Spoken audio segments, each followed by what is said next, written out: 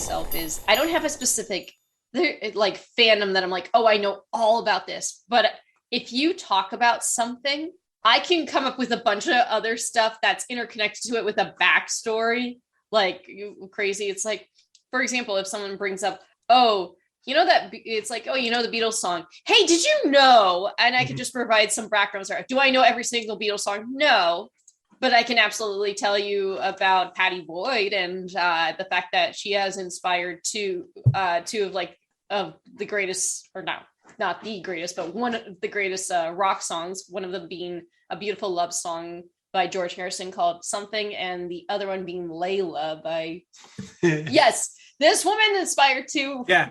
No, it's weird that you brought him up, because the example I was going to give, it's like, yeah, I don't know a lot about his music, but if someone at a party mentions Eric Clapton, I'd be like, hey, did you know that Eric Clapton is like the biggest piece of shit? Welcome to Undercooked Analysis, where Eric Clapton is the biggest piece of shit. Yes. At least tonight he is. No, we'll change who it is later. The funny part is I remember reading, like, he sat Patty Boyd down. He's like, yeah, you got to listen to this song. And she's like, yeah, it's really good. And he's like, let me play it again for you. And he's playing Layla over and over until she finally realizes he's talking about her. She's still married to George Harrison at this point. It's like, hey, it saddens me that you're still with my best friend, but I really want to hook up with you. Like, that's basically what Layla's. Everybody was so thirsty for her. Yeah, no, they really were. Who was it? From the Rolling Stones. Why am I blanking on the name? Alan, help me. What? Who's the lead singer of the Rolling Stones? Mick Jagger. Thank you. Even Mick Jagger had actually said that he had a crush on Patty Boyd. Oh man. Yeah. Everybody just loved George Harrison's ex-wife. Well, yeah, because she married him, divorced, and then married Eric Clapton, and then divorced him. That's bonkers. Yeah. Hey, it's us, the usual suspects. You got me. I'm David. I'm over here. Over right next to me is Kaela. Hi.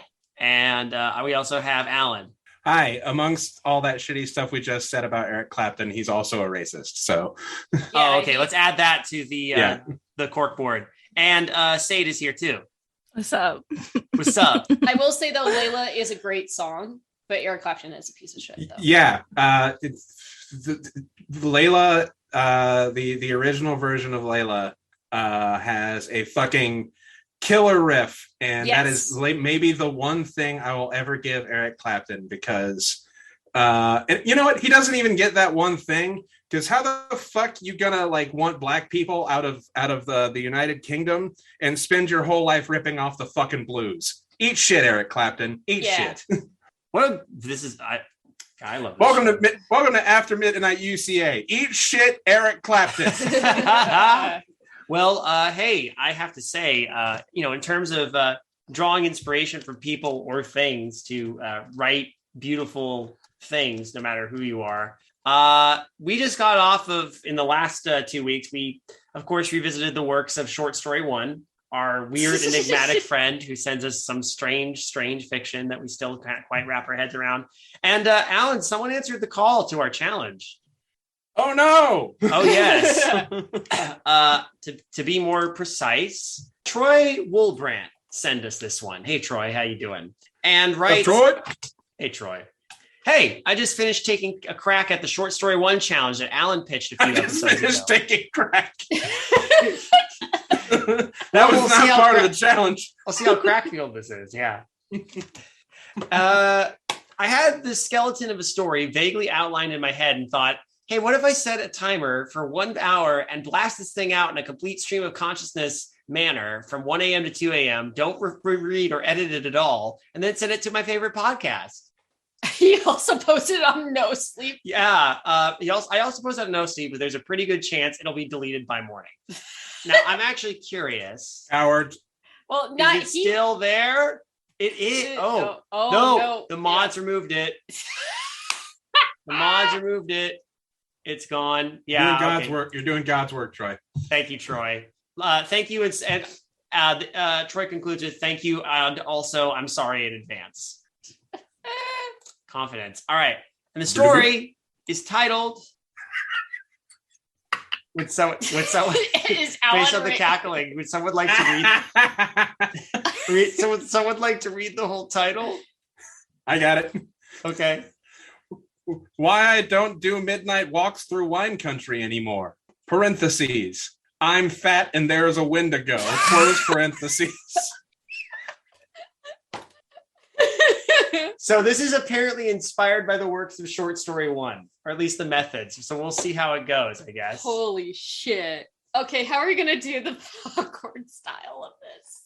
Well, I'm going to make a decision here and say that Seid goes first. I knew you were going to say that. Yeah, because we got to pull you out of the shadows. Jeez. Okay. All right, fine. All right, hold on. Let me move this over. We love you. Screen. Is that giant first paragraph really all mine? No, only the first sentence. You can read the first sentence if you want, and then one of us will pick it up from there. I'll read to a certain point when I'm satisfied. Okay, hold on. Let me actually. Okay. Then you tag who's next. You tag who you want to read it next. Okay. And then that person tags, and then the last person tags, and then we just keep going in that order. Okay. All right. Well, posting here seems cheaper than therapy, so let's get to it. In 2017, I was fat. I am still fat now. On pace to be fat by June and maybe mid-sized lad by Christmas, but back then I was fat. You get the idea.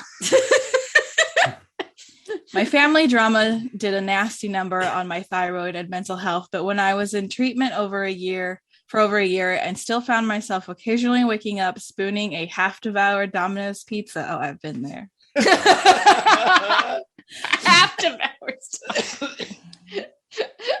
I started to get the impression that maybe my bad habits weren't 100% my parents' fault. I blame... Hold on. Society. No, you know what I blame? The pandemic. Yeah. Just blame the pandemic. Anyway, sorry. We definitely all woke up cradling a lot of takeout food during the pandemic. Oh, yeah, I did. Okay. Before I got desperate enough to buy a Noom subscription, my exercise plan could be charitably described as spontaneous. I'd get home from a day of community college and work, lay in bed for 4 hours and get what pet owners might call the zoomies and what trained professionals might call a manic episode. All right, someone. David. Okay. The sun would set. I'd yearn for the days when I was in football shape instead of a shape like a football. Okay, that's really clever. And I'd pick up a flashlight and just start walking a few miles. I didn't care about local wildlife because I was built different. We don't have bears. We get coyotes. The 4'11" skinheads of the canine community, but that's about it. Okay, first of all, I'll finish the paragraph out and then I'll give you my thoughts initially. For obvious reasons. I have some thoughts as well. Yeah. For obvious reasons, I couldn't really carry any sort of impromptu weapon like a big stick or a pipe while walking through residential areas late at night. I bring my tiny pocket knife just in case a coyote had a letter that needed opening. But this story doesn't end with me getting vivisected by Jason. So you're going to have to pretend to like 21-year-old Mike for just like 5 minutes. Okay. So, well, this does not read like a short story story. We and Troy have failed in one respect. That this is not a short story one story. But this is fucking hilarious. So, but so far, pretty good. Yeah. It clearly, I can see some of the grammatical errors because yes, but I think we were anticipating that if they wrote this in an hour. Yeah, in an hour. And I assume that means no revision. No. Yeah, no, that's one of the rules we said. Okay. It's 1 hour nonstop, no edits. But I will say, I saw Seid actually corrected this, but I have to read this. Posting here seems cheaper than therapy, so let's get it. I don't know why that seems funnier to me. Let's get it. All right, I'm tagging Alan. Okay. Anyway. Hey, Loretta, shut up. Well said, Loretta. Anyway, I'm about 0.57 miles in when I hear what sounds like something very large rustling in the bushes. I pull out one of my AirPods and, okay, these are the walks I go on. So it's relatable in that sense. I pull out one of my AirPods and take some kind of fighting stance. Turns out that sound was the sprinklers turning on at the press. I walk by the Presbyterian church. Oh my God. Oh, no. Does this person know you, Alan? Like, Is someone following me? Has Troy been following you, Alan?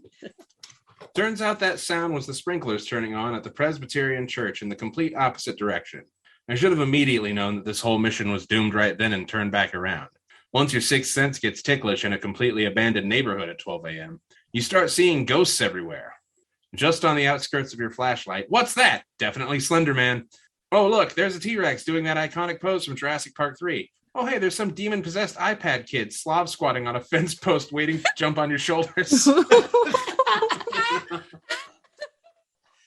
I love the voice so much.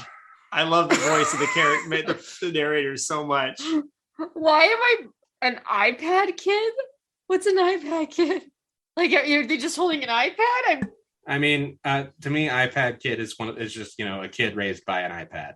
Oh yeah. So like one of those, like, what is it? Zoom, not Zoomers. What are they called? Generation Z or whatever the fuck? No, they're the Zoomers, right? Are they called Zoomers or are they just Generation Z? I don't know. Post millennials. Post Malone. Post millennials. Post millennials.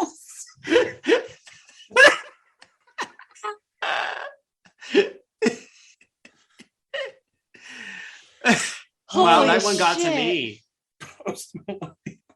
You're welcome. Post Malone does a song called Circle that's actually really, really good. Anyway. Okay, so did Strong Bad. Oh, so that was Circles. Never mind. Circles, yeah. Yeah, okay. I guess that means it's you? Yeah. There's a big word, and I can't remember or spell, that ends with kosis, that describes the phenomena of your brain taking in information and then your invasive thoughts immediately adding crazy details. I don't Yeah, I guess so. I don't know the word. Psychosis? Yeah, maybe. I don't know. Excuse me. Something about the midnight ambience of nature sends that into overdrive. It's not quiet. Lord knows the 15-mile-an-hour winds sound almost identical to cars speeding up behind you. It's like everything around you is putting the emphasis, spelled E-M, capital P-H-A, S-A-S, on the wrong, forgive me, it's a lowercase s. It's putting the emphasis on the wrong syllable. Syllable. Mm-hmm. Yeah, it's trying to, yeah. Oh, is this supposed to be syllable? Yeah. Syllable. I'm like, my brain was just like, I don't know if that's supposed to be a capital I or it's slable. Slable. Seable. Syllable. Putting the the joke is supposed to be putting the wrong emphasis on the wrong syllable. Yeah. And every time I manage to get in a zone and concentrate on the Game Grumps compilation in my ear, a squirrel steps on a bug 5 miles away and sounds just like a rake creature coming to eat me. Oh, man. As someone who listens to like YouTube videos while I work, I feel this. Oh my God, I read ahead a little bit because we get to another page. Oh, this is good. All right. I think we're back around to Seid.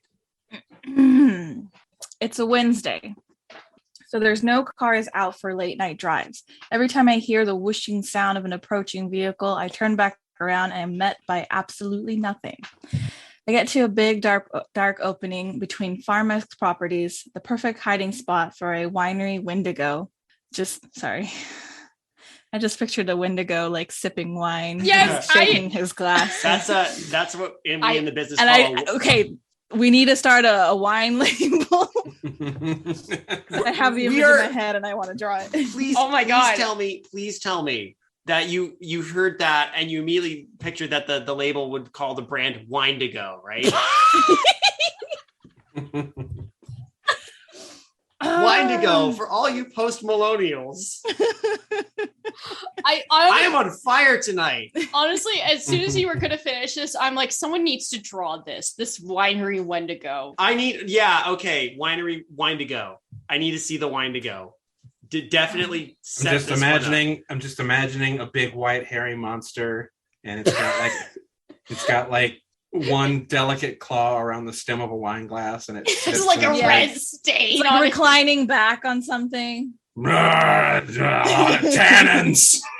If you really want to lean into the stereotypes, have it have some sort of deer skull or antlers or some shit. Or maybe the antlers are hanging on like the fire nearby above the fireplace that it's drinking wine. It looks toward the camera in a hypothetical commercial, goes, French wine.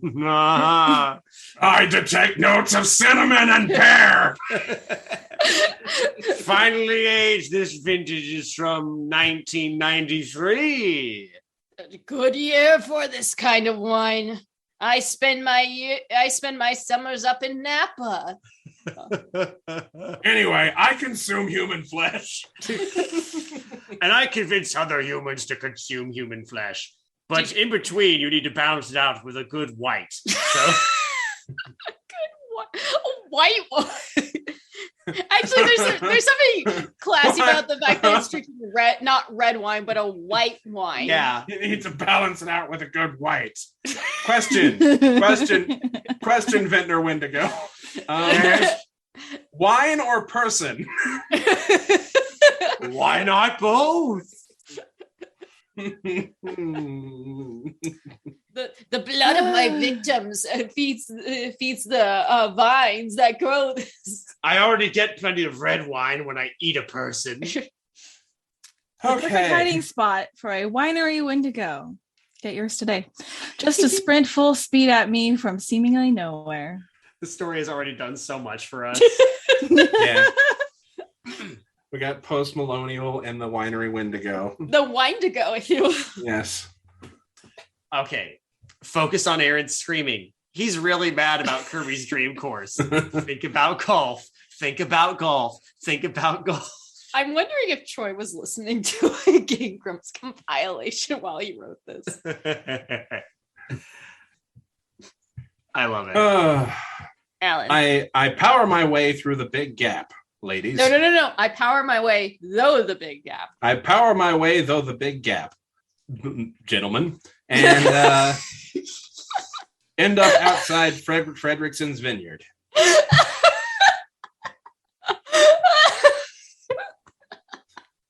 Alan, I fucking love you. Holy shit. I'm sorry. Okay. Okay. Oh. I see two police cars with their lights on, talking to someone inside a white Ford pickup truck. Oh, no. I walk past with exaggerated arm thrusts while humming. This is like that Mike Birbiglia thing. When he talks about like how you tense up and act all weird just when you see police, even if you're not doing anything. And yeah. Your mindset is like, hope they don't notice I'm driving. I'm actually surprised they pulled over a white Ford pickup, because isn't like what white and black cars are not as noticeable? They don't get pulled over statistically less than red cars. Yeah, red cars get pulled over more than any other car. Don't they also get stolen the most too? Yes, they do. So something about the color red that's why the Wendigo only drinks white wine. Yeah. As the eldest child of divorce, this is somehow my fault. They're here, HEAR, and I can't let them know they're here because of me for some reason. Power walk on. I massaged my lizard brain into a fine rational goo sometime around 3 miles. I used to play bass for fine rational goo. I stopped seeing T-Rexes and siren heads and Wendigos and just immediately discredited all sense of fight or flight. As I passed by the Parker Vineyard, there's multiple vineyards? Okay. Might be in wine. Maybe he's just now passing the vineyard. Like, well, no, because he just passed out. He reached one vineyard, and now this is a different one? Yeah, it was Fredrickson's vineyard, which I think might be a reference to Happy Appy, but... And then now passing by the Parker Vineyard. So... Might just be wine country. I don't know. Yeah, it's probably wine country. As I passed by the Parker Vineyard, I came upon a reflector strip. For some reason, it was inside the actual vineyard. And it was made up of 2 circular surfaces. And above that was a bumpy circular surface. And fuck me, that is a monster. That is a person-shaped monster, and my limbs are now stuck.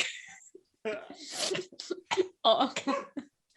I would have assumed it's just a dude, if not for the extremely large eyes and the trunk protruding from below. I'm trying to visualize this, and it's. Excuse me. Hey. Is it a Wendigo or is it a Mothman? Because right now the giant eyes make me think Mothman.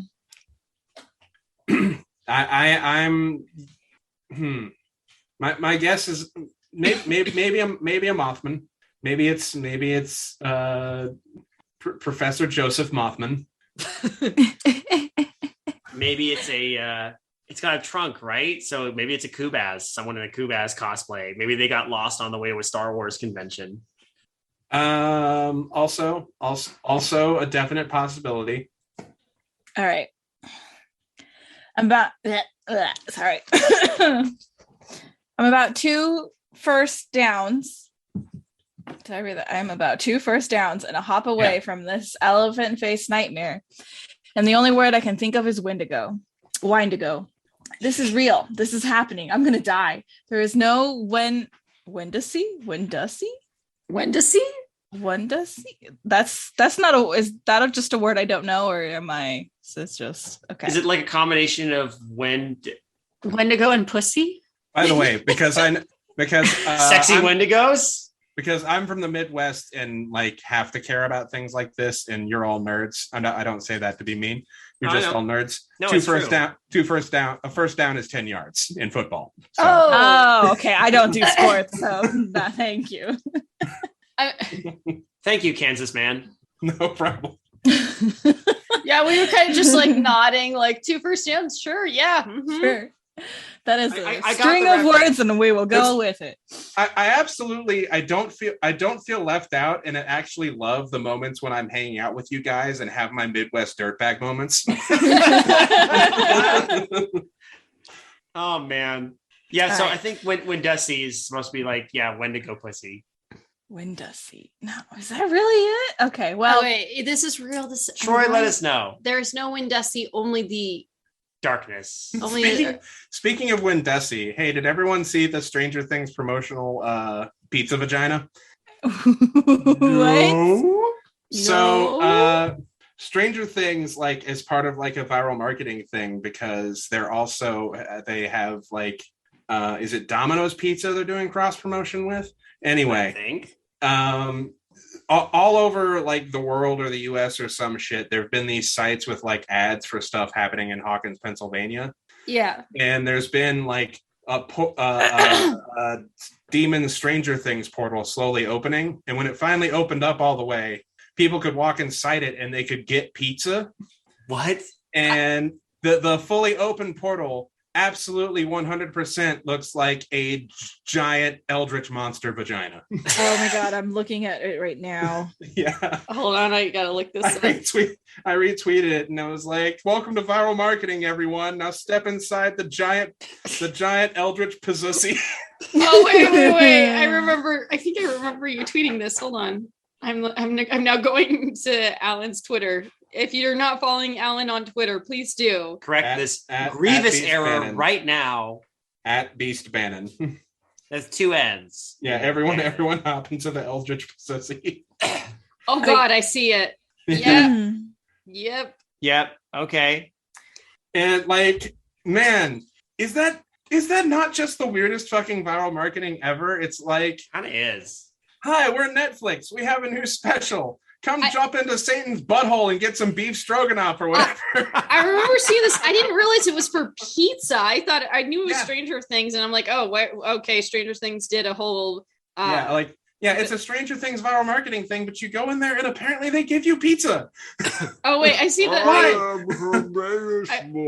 I've seen the. Okay, now I see the things at the side. Pizza for you. Like Enjoy. like there's a whole pizza marketing thing that it's This was for the most recent season, right? Yeah. Okay. All right. I guess it kind of makes sense because there's like a pizza boy character who's like friends with one of them now. Oh, I haven't. Yeah, we haven't seen the new season yet. So Yeah, we need to any get. of the new season yet. We need to reopen Netflix. Just like actually hook up my Wii U and pull up Netflix again because it doesn't. It's not on the Switch. This is real. This is happening. I'm gonna die. There's no wind, Dusty, only darkness reigns. Jesus, save me. I thought of the last time I was even in a church, senior year, when Kuba Payne bean dipped me. He was a dick, but maybe he wouldn't have overdosed on opioids if I had just returned his Facebook messages or hung out with him. Holy shit. Damn. Then the elephant demon stepped toward me and pure adrenaline teleported from my balls to my joints.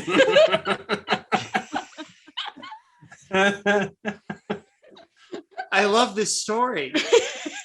It's so good. This is really good. That's the other Hey, no sleep? Hey, no sleep? You suck. Garbage Reddit. Garbage place. And I took off in a screaming, flailing dervish. My path lacked calculation or coordination. I actually ended up running right past it. I slipped and fell on the gravel, but quickly recovered and accelerated. I didn't slow down until I started tasting blood. There was a flash of light as I sprinted past some barn. I collapsed to the ground and puked. I'm pretty sure I either shit or pissed my shorts based on how wet they are now. My legs are bleeding and salted with gravel. My knees are weak. Arms spaghetti. God damn it! Fuck! Oh, I appreciate that. Put it in there so we didn't have to say it, or like we were gonna say it either way. So why not put it in? Oh, after hawking up a good 500 calories, I gasp and cough and whimper while looking back to see if it had been followed. The air burned, and I didn't know if I had another sprint like that in me. Boom. Whew. Is it me? Yes, it is you. I turned back and noticed the barn I had ran past when that light came on. It was dark again. Then suddenly that same light comes back on again before turning off. You want to keep going or do you want? Yeah. I feel a necessary amount of adrenaline start to rise in me before my brain even puts the issue together. Oh, fuck, that's a motion sensing light. Dead sprint for another 15 minutes until I hear dogs barking. Not my dogs, but good enough. I collapse into a heap. This is the part where I'm supposed to bump into one of those police officers from earlier and they give me a ride home. Fucking nope. I forced myself back to my feet after about a half an hour of wheezing and Can I make a small correction? Sure. Fucking nope. I think that sounds right. Yeah, because it's nope. I forced myself back to my feet after about a half an hour of wheezing and cough puking and otherwise dying. I'm covered in 5 out of the 6 possible human liquids. Legs completely chafed and my brain feeding me all the "you're not dead, have a laugh" chemicals it's got. I'm just a choked shit boy. Damn it, again! Crab galloping down the middle of the road with a big old smile on my face and a YouTube video about Roth IRAs playing in my ear. I guess this was up next in my playlist. Hey, way to bring that meme out of retirement. I'm a dirty little shit boy. God fucking damn it. Okay. I somehow got back to my dad's house before the sun came up and collapsed onto my bed. I've told no one about that night. About 3 weeks later, there was a big news story about how these guys had tried to poison some of the grapes at Parker Winery, and some of the pieces clicked. It was absolute. Oh, sorry. What? Where did my head go? It was probably just a really weird looking dude wearing a gas mask, elephant trunk, reflective eyes, bumpy head, etc. I still don't work out at night anymore, even all these years later. Again, I wish I could remember that Kosa's word. But I know when my invasive thoughts are trying to rewrite history. I've had enough nightmares and daydreams where that man at the winery was 8 feet tall and had tusks, or was naked, or gray-skinned, or had spider hands. But whenever I really close my eyes and concentrate in my most sober and clear-minded moments, I still see those eyes reflecting the beam from my flashlight, and they blink. Yes. Yep. Oh, that was great. Good. Oh, cinch the ending. Well done. Yeah, fuck no sleep.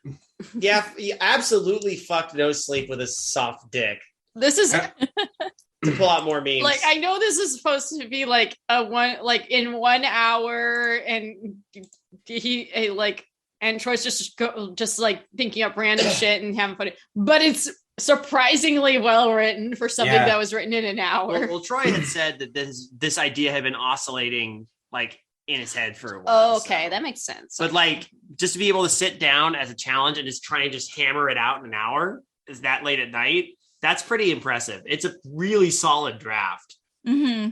And hilarious and actually, effective at the end. I like the little twist that, like, the way I remember it, I'm like, good, this is choice. I also like the mental image that if this was just a guy in like a gas mask, the guy in the gas mask just looked out from whatever he was doing and saw like a fat kid, and the fat kid then like ran away and then like tripped over himself and then pissed and shit on himself and puked and then bled everywhere and then kept running away. Oh my god! So that guy was like, what the fuck just happened? Holy. Wait a minute. You know what? That could be a reference too, though. How so? Frederick Gorgot. Yeah. The gas did have a mask. Frederick's farm or whatever. That's right. With the rival farmer. Fucking Shaq is in there trying to poison all the grapes. Oh my lord. Good story. Yeah. Very good story. No, I think definitely like if you can't go back and make edits and you've only got like a limited time to write, I think they took advantage of like those constrictions and like knew the voice they had to work with then. Yeah. To make that work. Mm-hmm. So I appreciate that. Also, like, one of the writing advice that I've heard is often like don't edit while you write. Just get it all out. Like you can't touch what words you've already put down. And I think because they had this story forming in their head for a while already, that shows us. I think that's good advice. Oh yeah, a good way to approach. Oh hey, getting remember ideas down. when we were like, oh, maybe it's wine country. Did we apparently we forgot that the title of this story is why I don't do midnight walks through wine country anymore. We're too busy laughing at the title. We're intelligent. That's how much we're paying attention. We're intelligent and good at this show. Clearly. Why do you people keep sending us stories? Troy? How are we your favorite podcast? Thank you for listening to us. Thank you. Maybe I swear the best podcast. maybe if you're into it, you can lean in here and give me a little kiss. I'm gonna agree with Seid though, because I mean I think that is the best advice. Just write it out, don't edit it, and then once you have the story written, then go back and edit it. Of course, this is a challenge, and it wasn't edited. The point was to not edit. The only failure I could see is that it is a good one, and that it is not read like a short story, one story. If you were trying to I buy the book, but this is, I mean, in terms of the challenge, is trying to write a story in that time frame with completely stream of consciousness, successful. Does it sound like a short story, one story? No, but that's good. It's not that they're unsuccessful; it's that this ruins our hypothesis. It does. We still don't. Our hypothesis is that if you sat down and had 1 single hour to write a story without editing it. I'm proud of you. You got this. Without editing it, that you would get a short story, one story, and this absolutely ruins that hypothesis. There has to be another added factor to it. Drugs. Drug. New challenge. Here's the thing, because now that we've done like 3 or 4 episodes now with short story 1 emphasis, right? Mm-hmm. That's 4 episodes we've done, as I do the math in my head. Yes.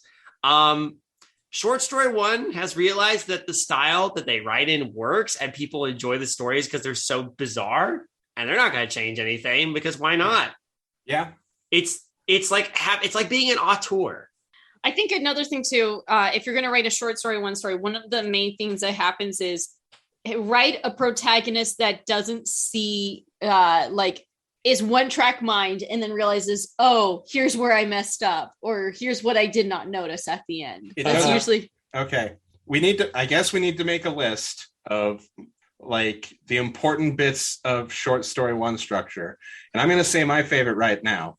It doesn't happen in every short story one story. When it does, I think every short story one story, all the best ones, the thing that makes them the best is one detail that doesn't fit in with the rest of the story that is completely fucking bonkers. I have never forgotten the invisible cup moving situation because of that one weird detail. A, the invisible cup mover, and B, the one story about like The witch. The witch. Yes. Yeah. Who turned people into like chicken goats. Yeah, that's right. And that detail was like inconsequential to the story. It was one sentence that never came up again. Oh man. But Troy, good job. This was one for writing a story at 1:00 in the morning in 1 hour. Let's give this our freshest ratings, like properly. What do y'all think? Oh man, I'm having to. I'm gonna give this a circles out of a possible. Do I know any other Post Malone songs? What was the Spider-Man one? the whatever. I know 2 good Post Malone songs. Just one of them not by name. Anyway, good story. Indeed. I'm gonna give this a fine red wine out of a Winedigo. Lounging on his couch drinking a white wine. That's right, Gracie. I think I'm also going to give it a nice vintage wine, maybe a 1846 Donner Party vintage. I will give this the corporate slogan of the Winedigo Vineyard. We won't sell our wine to go until it's time to go. And that means it's time to go, guys. We just Sunflower. No, we Sunflower. Sunflower. Sunflower is the other good Post Malone song. No, we won't stop selling our wine to go until it's time to go. There you go. There it is. I love it. That's the motto of the winery. Oh man, this is so good. Hey, what's if you enjoyed what you heard here, and I certainly did, and you want to be cool like Troy and send us cool stuff to read or not so cool stuff to read, usually cool stuff, please try and send us earnest stuff. Like this was earnest. It has some memes in there, but Troy's listened to the show for a while. He knows. That said, you can email us at midnightmarinara@gmail.com. We will take a look at the submissions and we may read it on the show. If you were a patron, we try to bump the priority of your stories up, have a little bit of a separate queue thing going on. You can become a patron at patreon.com/midnightmarinara. That covers both this and the Midnight Marinara podcast, which rises from the grave annually every October to do a new audio drama. We have an interesting one in consideration for this year, but I don't want to talk too much about it yet. But we're already kind of in the planning stages. Just a smidge. We'll see if anything comes of it. Alan, Seid, anything y'all want to plug specifically? Hey, go listen to the Jameson tapes. That's the podcast that Bisbee and I do, and Seid edits, and it's something we absolutely love doing. And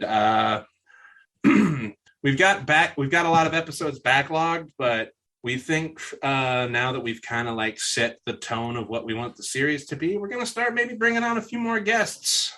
Woot. That's us, right? It's gonna be us, right? It's like, I mean, they drag me through one terrible movie that we don't talk about that. We don't talk about it. Apparently it was saved because I stepped out before that started. I wasn't there. I just came home and I found Kaela catatonic, and I was like, "Hun, are you okay?" And then just the screaming for a solid 3 hours. It was kind of bonkers. I got one more plug. I wasn't gonna plug this, but since we brought up Jameson tapes, so I'm gonna be reopening my shop over on my coffee page, and I'm working on stickers to sell. And I'm only bringing it up because I do have some designs for some Jameson tape stickers inspired by our pilot episode, Bloody Pit of Horror. So yeah, that's my other plug. If you don't listen to the Jameson tapes, you don't have to go listen to our show if you don't want to. That's fine. Hey, go watch Bloody Pit of Horror, though. It's free on YouTube.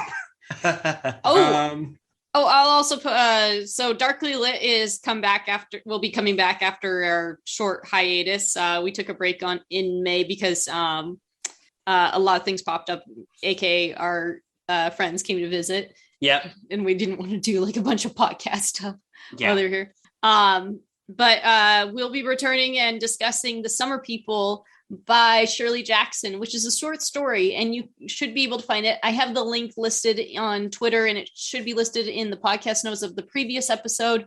But I mean, if you Google The Summer People by Shirley Jackson, it's like the first or second thing that pops up. You can also find it narrated on YouTube. Oh, really? Yes, because that's what I listened to earlier today. Awesome. Yeah, I have a question. Yes. If you're in about like your late 40s or 50s and you're really into sitcoms about bars, would that make you a Sam Millennial?